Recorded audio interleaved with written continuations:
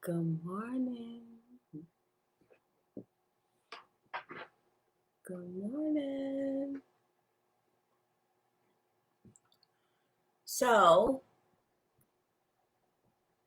I think today, Heal Your Femininity it could be the most powerful day yet. Hi, Auntie.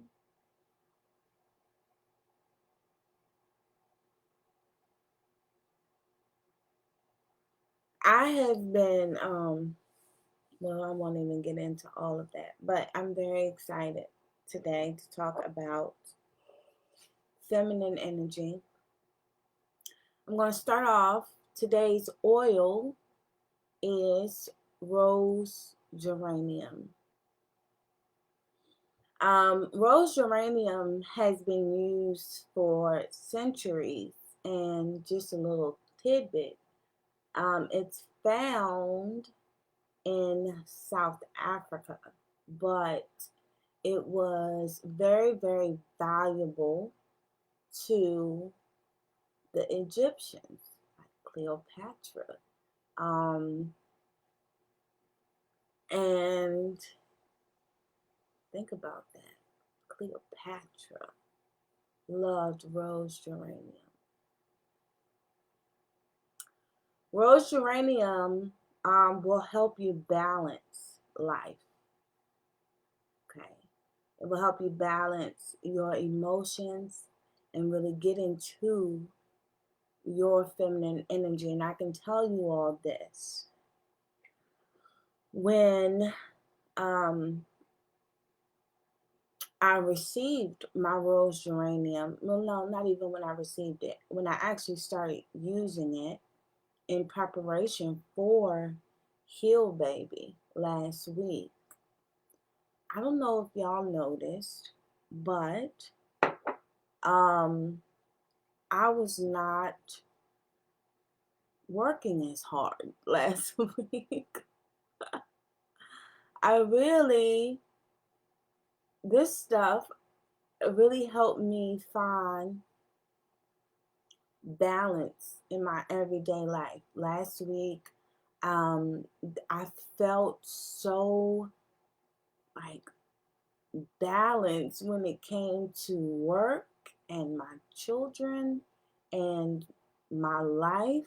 I just felt more in the flow of things. Um, my workaholic tendencies just kind of scaled back a whole lot. I didn't feel overwhelmed. I didn't feel like I had to push, push, push. I felt at ease. I felt at ease. I felt at ease. And nothing changed except I was using this stuff. So it made me feel at ease. Being in or being connected to your feminine energy should feel like peace. Last week, we worked on all the things that prevent you from embodying your feminine energy, your confidence, because being in your feminine energy means that you have boundaries, boundaries that are easy for you to make and enforce when you are a confident person. We healed your shame, right? Um, so we got rid of some anger.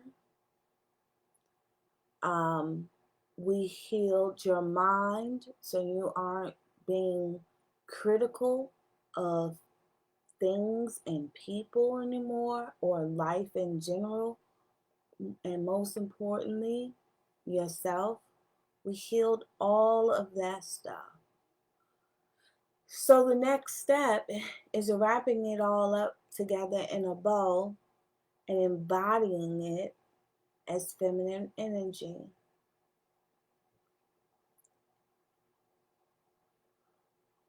When I started learning about feminine energy and really understanding that certain behaviors that I grew up with that were normal to me aren't feminine, and they aren't how I should be behaving as a woman, as a strong, powerful vessel of divine femininity.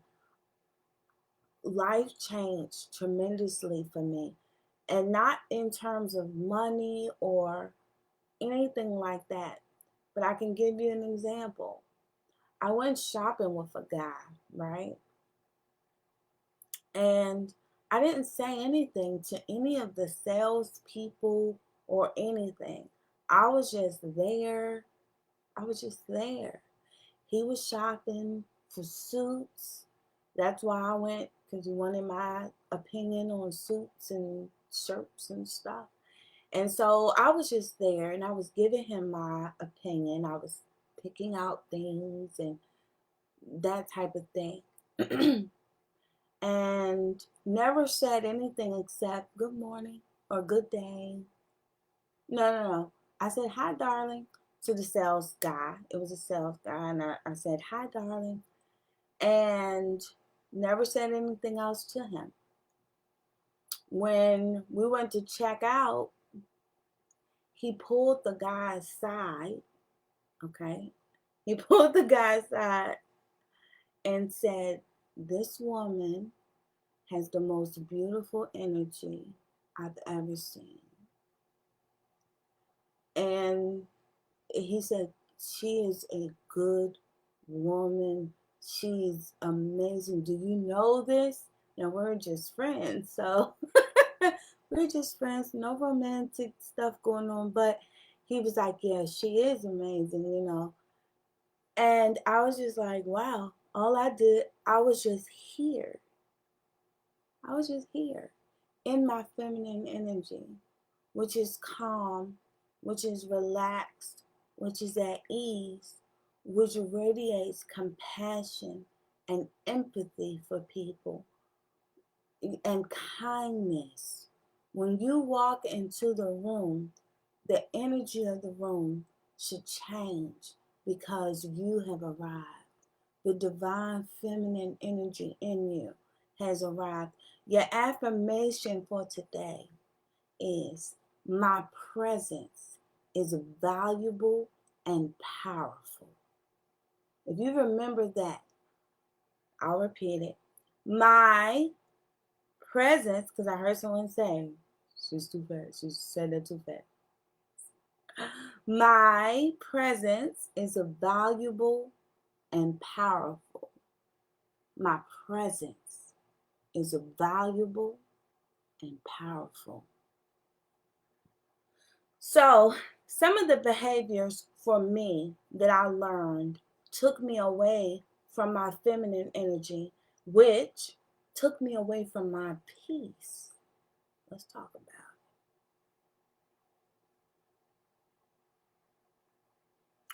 Gossiping. Gossiping is totally toxic femininity. Being critical of other women, totally. When you are critical of other women, you are saying, because I want y'all to understand this, we are all the same. We are all connected, right? We're all connected. When you are critical of other people, you are reflecting your own insecurities, your own issues, your own shit. Okay? That's what I want you to understand. Being critical of someone else is a reflection of you. Okay? Being aggressive, and I don't mean just aggressive in rah rah, I whoop your ass, but definitely that, but not just that. Let's talk about when you go I'll give you an example. I went to Verizon a few months ago. I was in Verizon. There was a woman there who was not very happy. And she was in there, you motherfuckers better get my shit right, da da da da da, all of that, right? She had an attitude with the salespeople. They were like, all of that. And I stepped in and I said, what happened? So she explained to me how she was charged and all of this stuff. And I said, okay, let me do this for you. Let me do this for you. By the time I finished helping this woman, I calmed her down. I set her down. By the time I finished, other customers were coming up to me asking me. They thought I was like vice president of Verizon or something. Because when you are in your feminine energy, understanding that you are a powerful being, you don't got to be nasty to nobody. You don't got to be controlling. You don't got to force nothing to happen. Nothing. All you have to do is show up with compassion, empathy, radiate kindness. You will move mountains. You will move mountains. And so I calmed her down, sat down. Let me do this for you. I started talking to the manager. They had like 4 people there trying to, like talk to this woman, and they were all fed up at that time. They were all fed up. And so instead of saying, y'all need to do this, that, and da da da da, like I'm the boss of Verizon, I said, well, I ask questions. Feminine energy asks questions that bridge the gap. So I ask questions like, you know, so what do you think about doing this? How would it work if you did this? Is it possible for you to do this? Maybe just this one time for me? That's feminine energy. And I promise you, the whole world will open up to you when you learn to embody that. And sometimes I have to tell you, sometimes I have to remember to turn it on. Sometimes I have to remember to turn off my masculine energy, especially because, you know, I'm a businesswoman, and sometimes I have to have that masculine energy. Masculine energy is ambitious. It drives you. It's the do. Let's get it done. That's what masculine energy is. And so sometimes I have to remember. Oh, wait a minute. I'm not. This is not business. Turn off that and turn this back on. But we all have masculine and feminine energy, and they're both good for you. But as a woman, if you can learn to harness the feminine energy, you shouldn't be angry. Uh, Feminine energy is nurturing, it's compassionate, it feels like peace and balance, and it's beautiful.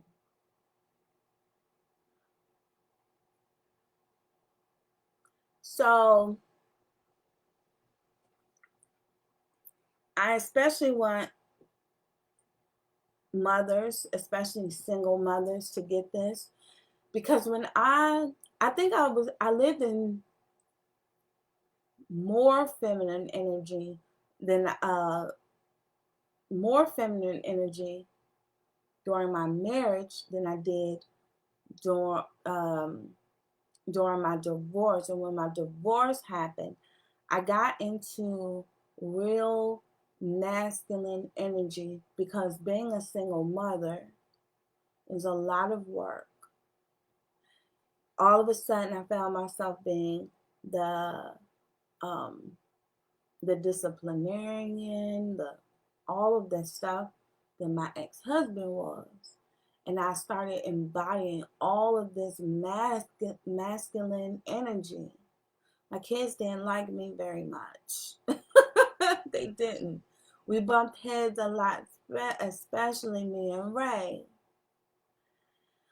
And once I started working on my feminine energy, and I really started working on my feminine energy because of, for like dating. Like I kept hearing about it and all of that for dating.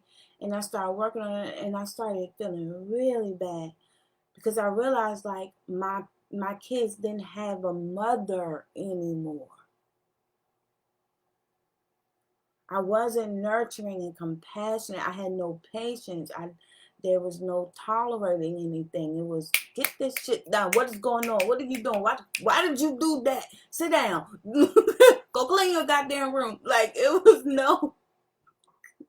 They didn't have a mother anymore. They lost their mother in the divorce. They lost their mother in the divorce. So just me being aware of that and saying, you know what? I don't want to walk around here every day with feeling like the weight of the world is on my shoulders, feeling like life is out of my control, feeling like just stressed, angry, all of that stuff. I don't want to feel that anymore. Being aware of that, I don't want to snap at my kids. I don't want my kids feeling bad or angry at me or sad, right? Being aware of it helped me started making changes, even if they were just surface changes where I wasn't really feeling it, but I was putting forth the effort to demonstrate it. You understand? Angry all the time, got an attitude all the time, can nobody say nothing to you, and you're very demanding. Those are all signs that you are in toxic feminine energy. Very demanding. A guy, like a guy approaches you, you got an attitude, a guy you're dating doesn't do something you like and you cursing him out instead of leaning back in your feminine energy and understanding that like I have clear boundaries. I can express my boundaries without being a bitch or a savage. Like, all of that. That's being in your feminine energy.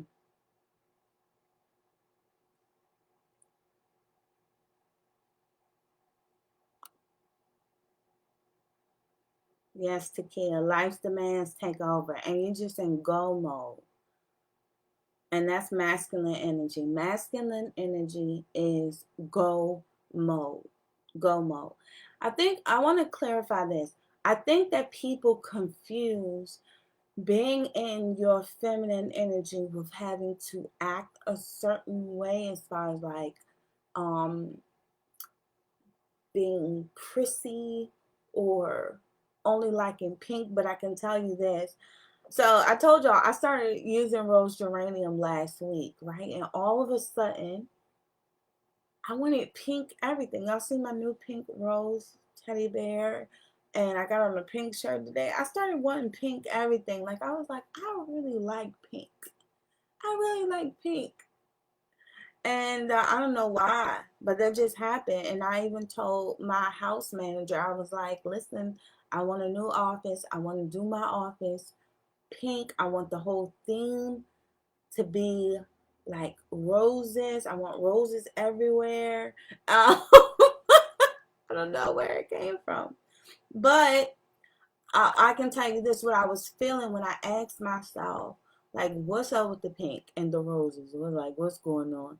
Um, the intuitive answer that I got was that I had been trying to hide my femininity like it's a bad thing by choosing colors like navy blue and black and grays to hide that I am a soft, beautiful, feminine woman. What's up with that? So that's the answer I got for that. Um, my hope for you is that what you take from this today is that you do not have to walk around here angry or feeling overwhelmed by life, by work. You are not a fixer. You're not a fixer. I want you to understand that. And I think, like in feminine energy, we get into fix mode and control mode. That's not your job. That's not the role you are here to play. Your job is to mend. Your job is to nurture. Your job is to be understanding, to be the powerful force that unites people, okay, that brings joy and happiness to the world, a feeling of peace. You do not have to demand or control anything because your presence is valuable and powerful. Your presence shifts the energy of wherever you are. And that goes for if you are in negative feminine energy or positive feminine energy. Your journal assignment for tonight is I want you to sit down in your journal and I want you to write out all the ways that you display toxic feminine energy. In what ways? Do you yell at your kids? Are you gossiping? Are you overcritical of other women? I want you to write all that stuff out. I want you to write out what in life makes you feel overwhelmed and out of control. And if you did the work from last week, where you healed your confidence, you healed your shame, you healed your mind, you healed your heart, you should be in a really good place to now say, I accept the divine feminine energy that is within me, and I can go forth into this world and show up as soft, as compassionate, as loving, as understanding. And if you do that, you will move mountains. Mountains. I see it all the time with myself. I see it all the time. Okay? And in dealing with men, I think I'm going to have to do a part 2 with Angie for dating, being in feminine. I didn't want to make this about dating, but it's so powerful when you get into dating or your relationships, your marriages, being in your feminine energy. And I think for a lot of us Black women, we never saw a woman in her feminine energy. I was lucky enough to have Grandma Grace, who is like the most feminine woman I've ever met. Like, she's just graceful. Her name's Grace. She's just graceful. But I grew up in a household with a mom who was very much in her masculine energy.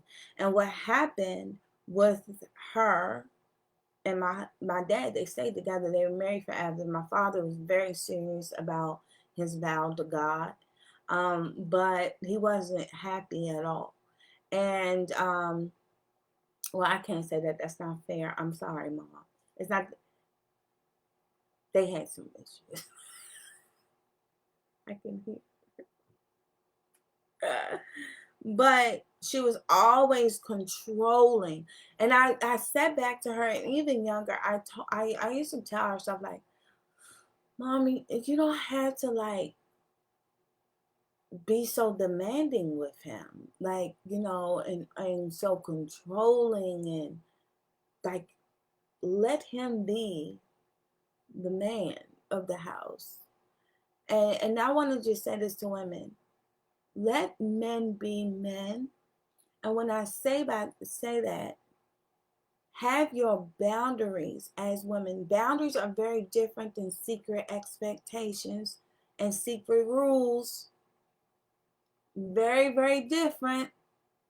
Boundaries are very different than having secret rules and secret timelines and oh, I met him on this day, or he needs to call me every 2 days, or he ain't serious about me. Like, that is not being in your feminine energy. That's you trying to control things because you don't trust your own self and your own boundaries.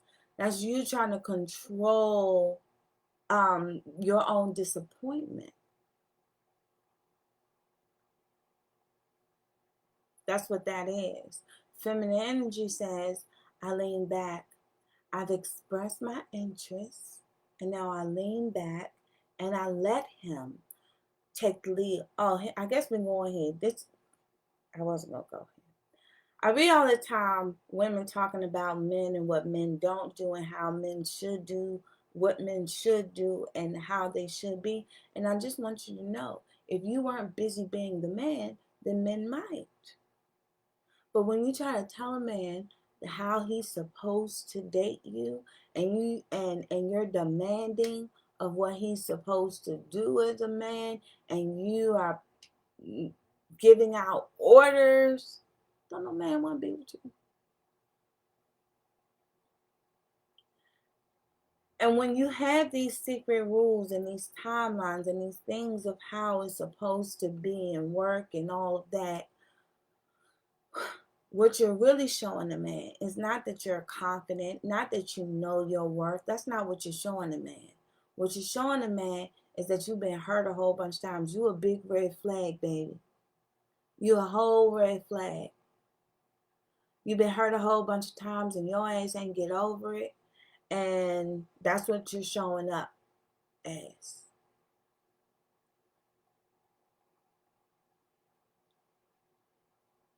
Your job is to lean back, have your boundaries, and be able to express your boundaries um, in a respectful, kind, compassionate way. Okay? That's your job. I can tell you one of the, oh wow, it's so many comments. Lean back and feel, Angie. I should bring Angie on here. We talk about feminine energy all the time. Hey, I just got distracted because I started seeing all these comments. Book being single.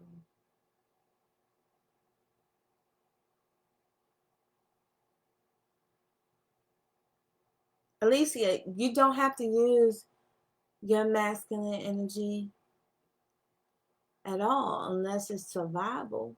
Unless you're trying to survive. That's what masculine energy is for. It's for surviving, being strong. But you believing that you must be, you have to be within your masculine energy, that is that's a problem. But your beliefs, see, your beliefs drives your reality. So if that's what you believe, then that's the reality that you're going to live. I started shifting my feminine energy when life was not all together like it is today. So you don't have to be. That's the thing, Alicia. You don't have to portray strength. You are strength. You are a divine feminine being. You are strength personified. That's what you are. You are the real strength. You see, strength comes in different flavors, right? You don't have to be wrong. You don't have to be might. You don't have to be that kind of strength. You are divine feminine. You are strength. And there is strength in facing the world as compassionate. It is strength in being vulnerable. That's what you're supposed to be as a feminine. Vulnerable and open and understanding that you being vulnerable does not make you weak. It makes you the strongest thing ever. It is the strongest thing to be vulnerable. I'll tell you this. I've built this whole business on the fact that I'm okay, finally, with being vulnerable, putting myself out there in front of the world for everybody's judgment and feedback and criticism and all of that, and sharing so much of myself, my personal life, sharing so much of who I am. Bye Belly wouldn't be what it is today, and it certainly would not have happened as fast as it happened if I wasn't okay with being vulnerable. But I got to the place where I was okay with being vulnerable because I healed all of the other issues we talked about last week. I healed my heart in understanding that I love myself. I have love for myself. I love and accept myself. I don't need anyone else to love and accept me. That's how I got there. That part. I healed my mind. The mind wanted me to believe that people were going to judge me, that people were going to be critical. It was going to be a ton of haters. People was going to come from my neck. All of that because they wouldn't be happy. I'm a competitor, like all kinds of stuff. I healed that in my mind that says, no, I am surrounded by love and support. People want to see me win. Okay? Then what was the after mine? Shame. There is so much. Y'all know I was dealing with my own weight loss issues. Speaking of that, can I just say this?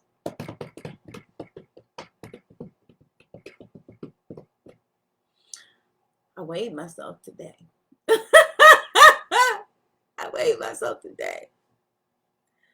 And I am my college weight. I couldn't believe it. All right, so anyway. All right.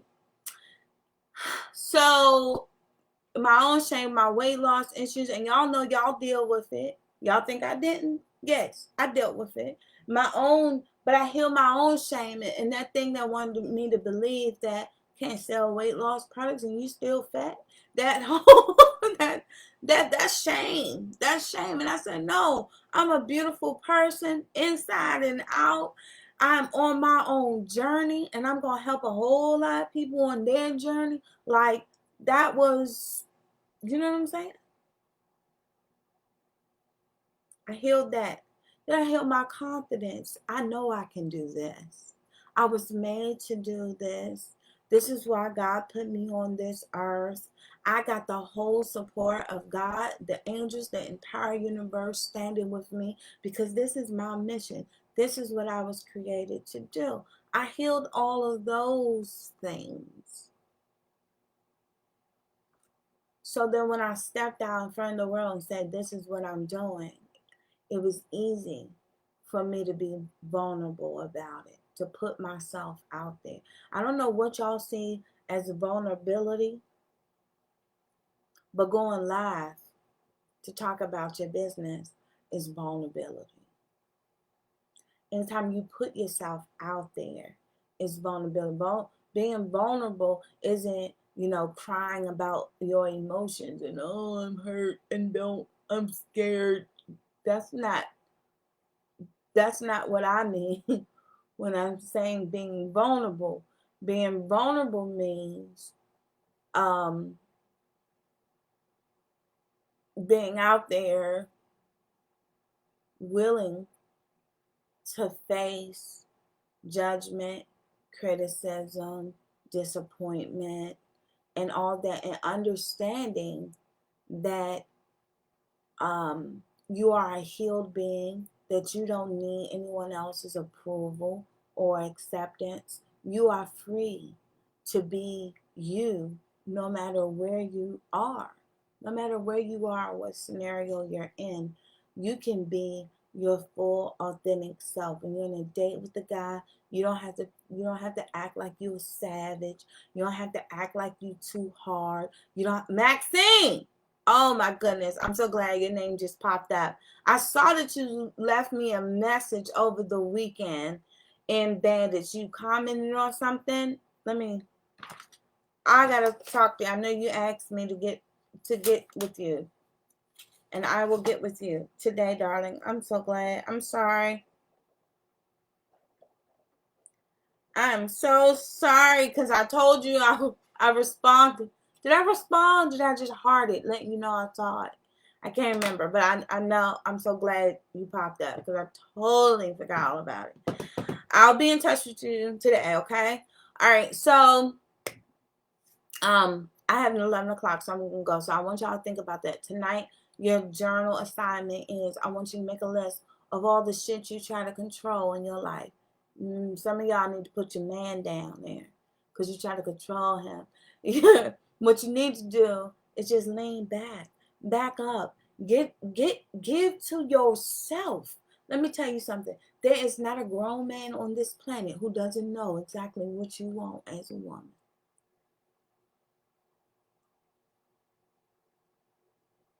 Not a one. There's not a grown man on this planet who does not know what you want as a woman. The issue is you have to lean back enough and be confident enough in who you are as a woman. Your presence, just your presence, is valuable and powerful. If you believe that, you will reshape your life. You will reshape your interactions with men, your interactions in stores, at restaurants, all that. If you believe just my presence is valuable and powerful because I'm a divine feminine. I am full of love, compassion, empathy, understanding. I can move mountains just being here. Just being here. And I deserve to be treated. Oh, so let me tell you this. One of the affirmations that I learned during all my, get into femininity because, for dating and all of that. And I was trying to understand female male dynamics better. One of the affirmations, Angie, you want to say it with me? That I learned was, I am a goddess on a pedestal. I've shared that with y'all on Facebook before. I am a goddess on a pedestal. And I don't say that from an arrogant place. I said it from a very confident place. I am a goddess on a pedestal. You start saying that to yourself, and once you get into situations that you don't like, you're going to learn how to respond to things as a goddess on a pedestal. I don't got to stoop low. I don't got to curse you out. I don't got to tell you who the fuck you think I am. I ain't them other bitches you've been dating. I'm special. You don't got to do all that when you are a goddess on a pedestal. Well, honey, I'm so sorry that you're not available more often, but I desire to be with a man, to date, to entertain a man who is more available. You have a good day. All right? I am a goddess on a pedestal. If you had to show up in the world as a goddess on a pedestal that people love, how would you show up? I'm so shiny today, y'all. How would you show up? I am a goddess on a pedestal. I love you. Heal, baby.